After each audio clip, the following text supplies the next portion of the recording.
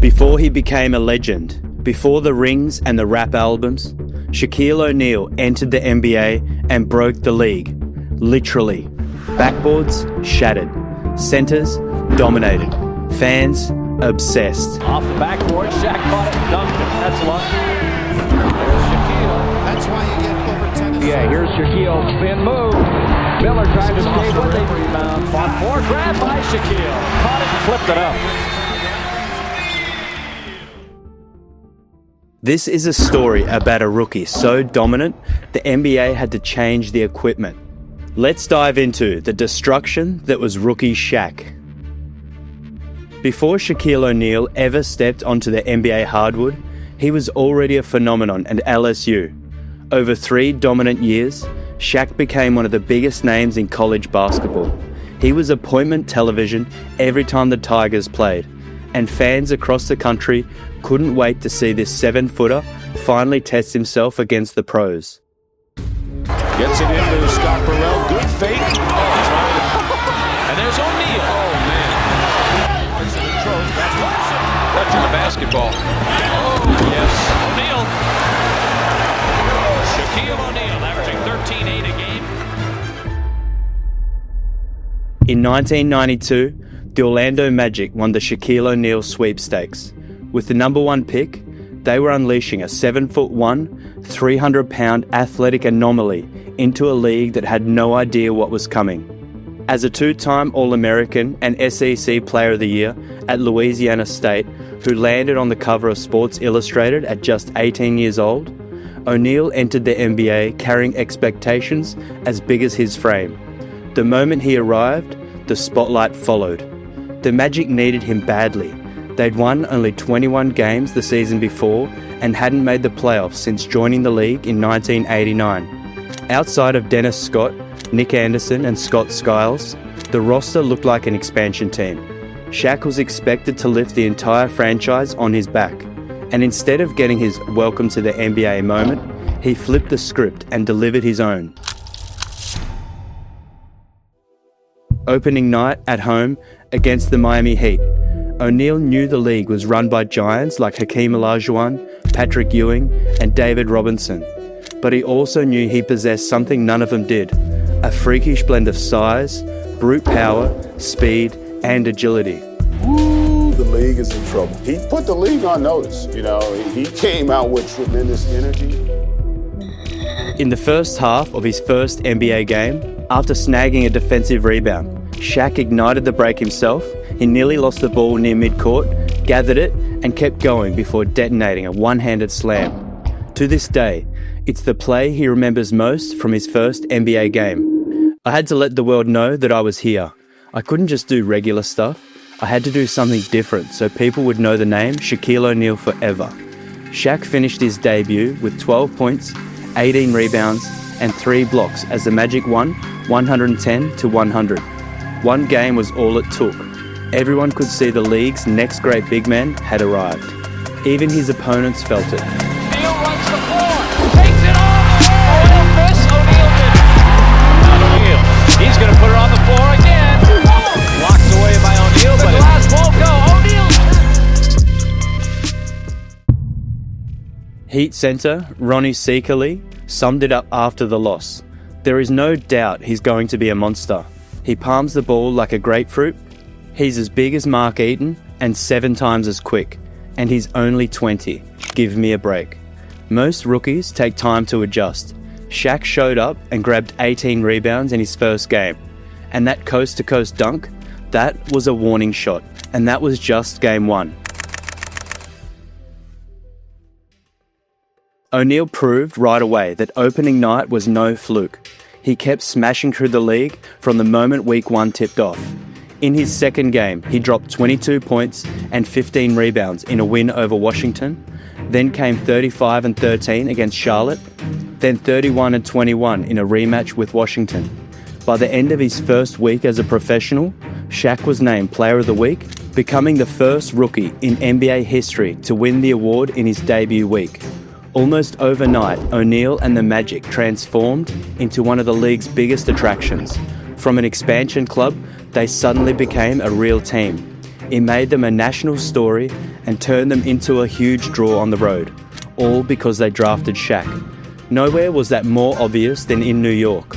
In O'Neal's first game at Madison Square Garden against Patrick Ewing and the Knicks that November, the building turned into a celebrity showcase. Spike Lee, Terry Bradshaw, Earl Monroe, even Wilt Chamberlain sitting courtside just to see the rookie.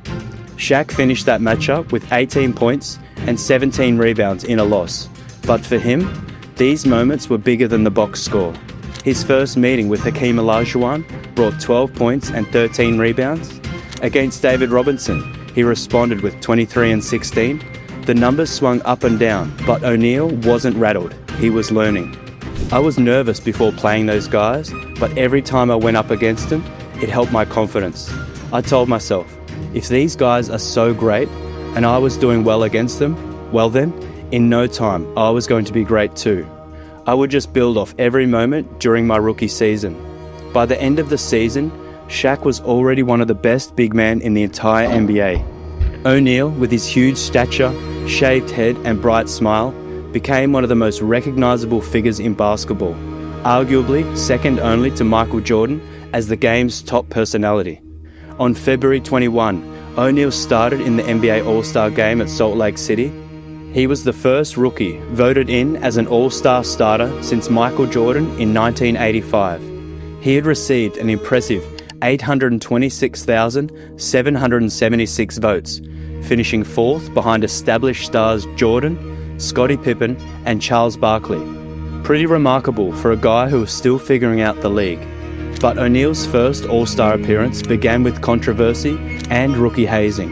Reportedly, some of the more established players weren't thrilled about how quickly Shaq's popularity exploded.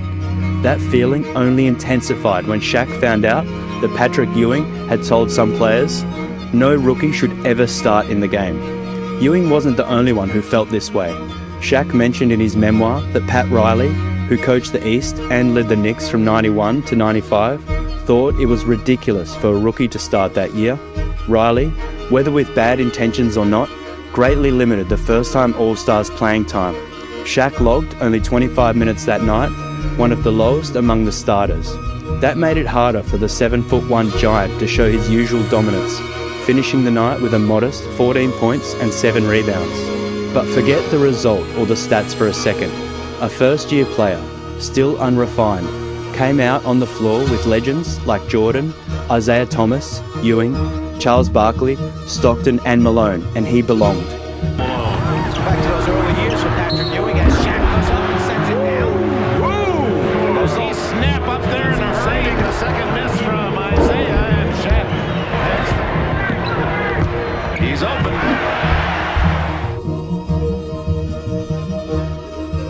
Name another rookie who shared the floor with that kind of company and didn't look out of place. That's easier to imagine in an exhibition game. But what about when the stakes are real? Better yet, what about going against the GOAT himself?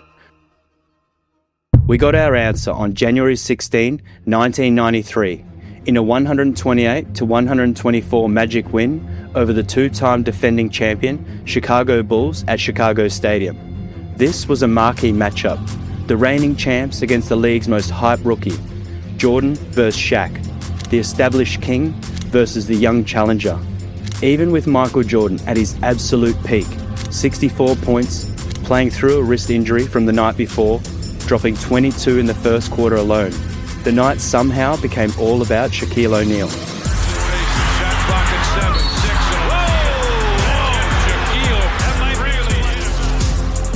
Every time Shaq touched the ball, 2 or 3 defenders swarmed him instantly. And these weren't scrubs. Bill Cartwright and Horace Grant were elite post defenders. Even as a 20-year-old rookie, Shaq had to read, react, and deliver the ball instantly. And the fact that he was this effective against a dynasty-level defense was unreal. Through all the pressure, all the bodies crashing into him, all the inexperience he should have had, Shaq put up 29 points and 24 rebounds. He was everywhere, swallowing pace, bending Chicago's defense just by existing. Teams already understood exactly how vital he was to Orlando's entire system. The moment O'Neal got a touch, the Bulls' defense collapsed. That opened huge driving lanes for Scott Skiles, and starting power forward Tom Talbot, who suddenly looked like a stretch four thanks to all the room Shaq's gravity created. Skiles torched Chicago for 31 points and 10 assists, getting wherever he wanted because the Bulls had no choice but to load up against O'Neal. This was Shaq's power.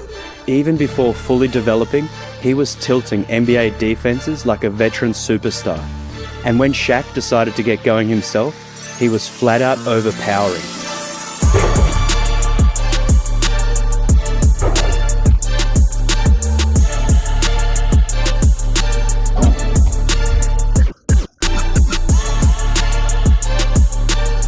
There's a moment in the second quarter. Shaq posts up Will Perdue, takes one dribble, jump stops, and basically moves Perdue without even touching him. Just the sheer force of momentum clearing him out of the frame. Then Shaq hammers down a dunk with ease.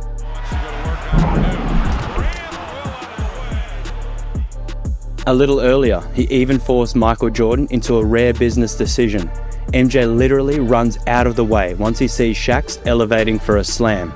Now they play that two-man game as O'Neal comes down the lane with Skiles. And remember, this was rookie Shaq. The amount of defensive attention he demanded at age 20 opened everything for Orlando. Chicago melted down late, up 4 with under 30 seconds left. Horace Grant missed back-to-back free throws. On the other end, Shaq grabbed a missed free throw and slammed home a putback to cut the lead to 1. Then Nick Anderson, Chicago native, drilled a deep 3 to force overtime. In OT, Anderson and Skiles finished the Bulls off. Chicago helped with some shaky possessions down the stretch, but the simple truth, the game was about Shaq. He commanded attention the moment he stepped on the court, enough to pull the spotlight away from Michael Jordan on a night MJ scored 64. And the craziest part, he was just getting started. On January 23, young and unstoppable Shaq destroyed the Mavericks for one of his first truly jaw-dropping stat lines. This was the night the world saw more proof that he was a battering ram who simply couldn't be contained. Shaq scored 38 points on 14 for 16 from the field and 10 for 14 from the line. He added 13 rebounds, 2 assists, and an absurd 7 blocked shots in the home win, playing 40 minutes. Then, on February 16, he took things to another level. Shaq dropped a season-high 46 points, 19 for 25 shooting in Detroit against the Pistons. It was the most points ever scored by a player at the Palace of Auburn Hills. O'Neal also grabbed 21 rebounds, but he showed a few rookie jitters when he missed 5 straight free throws, including 4 in overtime.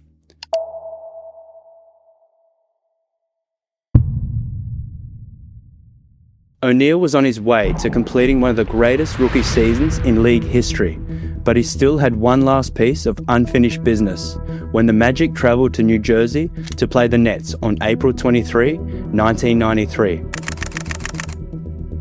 Earlier in the season, Nets forward Derek Coleman had dunked on O'Neal and followed it with a Mutombo-style finger wag for good measure.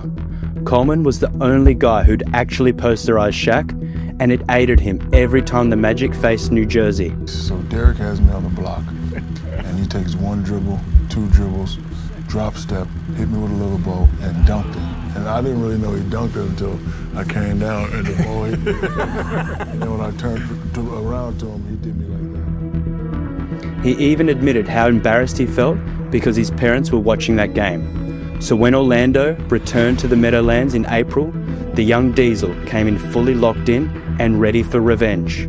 In the first quarter, Shaq took a pass and drove past Derek Coleman on the baseline. With only centre Dwayne Shinsis left to beat, Shaq exploded for a 2-hand dunk and held onto the rim. The sheer force of the dunk snapped the metal post supporting the backboard, sending the rim and shot clock crashing to the floor. As the stanchion collapsed, O'Neal narrowly avoided being struck.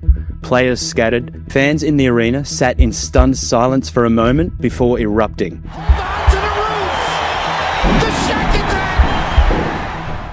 attack! The game was delayed 40 minutes while crews scrambled to replace the entire basket assembly. That incident forced the NBA to change how baskets were built, making rims Shaq-proof by reinforcing the steel brace and backboard support. The league also mandated that every arena keep a backup hoop on standby.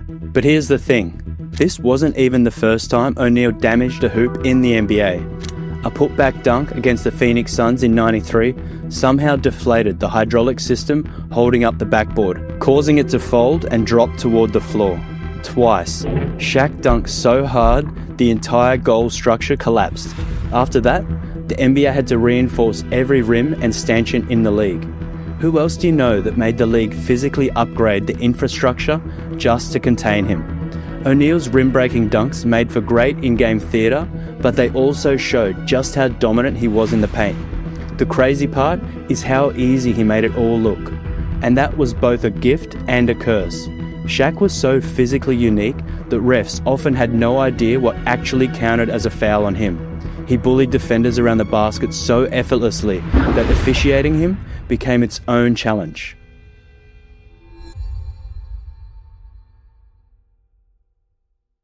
For the Orlando Magic, an expansion franchise in '89, winning the '92 NBA Draft Lottery changed everything. Needing a true cornerstone to build around, Shaq was basically dropped right onto their doorstep.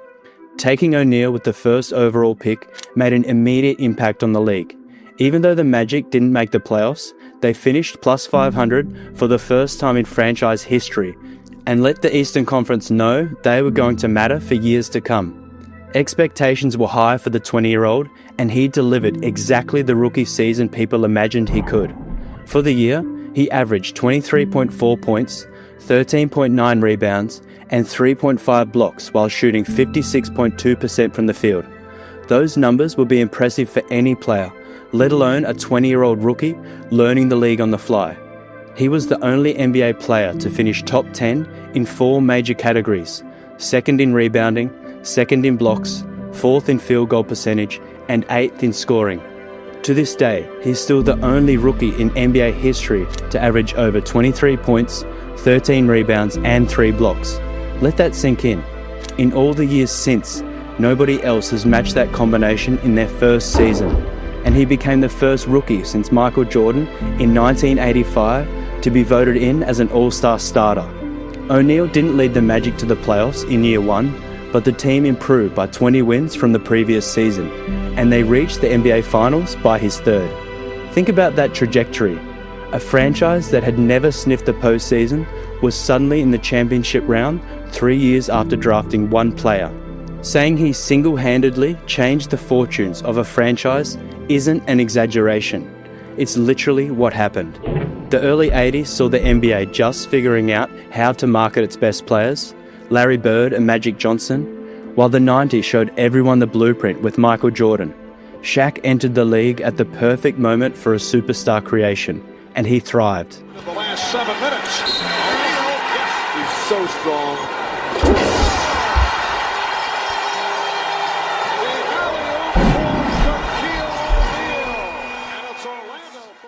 Even before reaching the finals for the first time, O'Neal was already a megastar. Shoe deals with Reebok, video games, rap CDs, action figures, Pepsi sponsorships, and movie cameos. If there was money to be made, Shaq was on it. He understood the entertainment value of his personality and leaned all the way into it. Unlike any big man before him, Shaq embraced the spotlight. David Robinson may have had a statistically stronger season, but he preferred to stay in the shadows and focus on his job. Legendary big men like Patrick Ewing, Bill Russell, and Kareem Abdul-Jabbar were all equally uneasy with the promotional side of the game. Shaq made it his playground. Both the marketing world and the basketball world instantly became his stage. We often take for granted how rare this kind of rise was. Players like Kobe Bryant and LeBron James had to take years to find their footing. Coming straight from high school, both had to master the game before they could master the brand. Even though James' hype exceeded Shaq's at the start, magazine covers, primetime ESPN slots, he still needed time to become the dynamic face of the NBA superstar. Shaq skipped all that.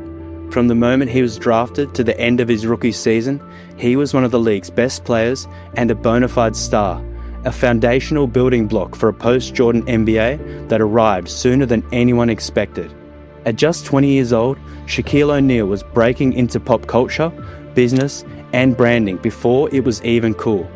This is what makes Shaq's rookie season revolutionary. He shattered expectations, broke records, and destroyed literal backboards. And it was only the beginning. Before he won rings, before he was the Diesel or a Hall of Famer, rookie Shaq showed us what domination really looked like.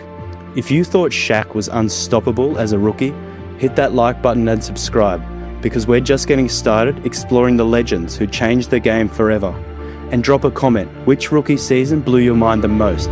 Shaq, LeBron, or someone else entirely? Let's hear it.